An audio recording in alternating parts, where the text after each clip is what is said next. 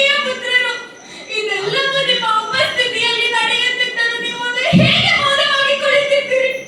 ಹೇಗೆ ಮೌನವಾಗಿ ಕುಳಿತಿದ್ದೀರಿ?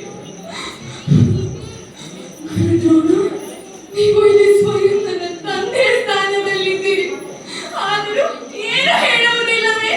ನಿಮ್ಮ ಶಸ್ತ್ರವನ್ನು ಎತ್ತುವುದಿಲ್ಲವೇ? ಏಕೆ ಏಕೆ ಈ ಸಭೆ ಇಷ್ಟು ಮೌನವಾಗಿದೆ? ಒಂದು ನಿರ್ದೋಷಿ ಸ್ತ್ರೀಯ ಅವಮಾನವನ್ನು ನೋಡಿಕೊಂಡು ಮೌನವಾಗಿರುವುದೇ ಧರ್ಮವೇ? ಹಾಗಿದ್ದರೆ ಇದು ಯಾವ ಪ್ರಕಾರದ ಧರ್ಮ? ಇದು ಯಾವ ಪ್ರಕಾರದ ಧರ್ಮ?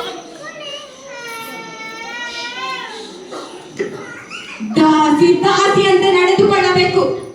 ಪ್ರಣಾಪ ಮಾಡಬೇಡ ದಾಸಿ ದ್ರೌಪದಿ. ದಾಸಿ ದಾಸಿಯ ನಾನು ಹೇಗೆ ಆಗಿ ಬಿಟ್ಟೆ ದಾಸಿ? ಆರ್ಯಪುತ್ರ ಯುಧಿಷ್ಠಿರ ಸ್ವಯಂ ನನ್ನನ್ನು ಸೋತ ಮೇಲೆ ಅವರಿಗೆ ನನ್ನನ್ನು ಪಣಕ್ಕೆ ಇಡಲು ಅದು ಯಾವ ಅಧಿಕಾರವಿದೆ? ಉತ್ತರ ನೀಡು ದುರ್ಯೋಧನ, ಉತ್ತರ ನೀಡು. ನನ್ನನ್ನು ಏಕೆ ಕೇಳುತ್ತಿರುವೆ? ನಿನ್ನ ಪ್ರೀತಿಯ ಆರ್ಯಪುತ್ರ ಧರ್ಮರಾಜ ಯುಧಿಷ್ಠಿರನನ್ನ ಕೇಳಿ ನೋಡು.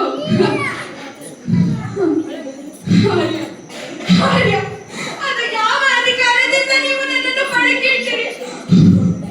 ಅದು ಯಾವ ಅಧಿಕಾರದಿಂದ ನೀವು ನಿಮ್ಮ ನಾಲ್ವರು ಸಹೋದರರನ್ನು ಸೋತು ಬಿಟ್ಟಿರೋ? ಅದೇ ಅಧಿಕಾರದಿಂದ ನನ್ನನ್ನು ಸೋತು ಬಿಟ್ಟಿರಿ.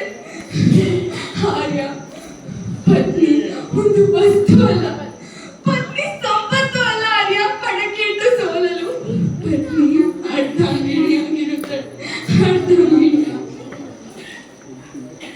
ಮಾಮಶ್ರೀ, ಇವಳನ್ನು ಇದೇ ರೀತಿ ಮಾತನಾಡಲು ಬಿಟ್ಟರೆ ಎಲ್ಲರನ್ನು ತನ್ನ ಕಡೆಗೆ ಸೆಳೆದುಕೊಂಡು ಬಿಡುವಳು.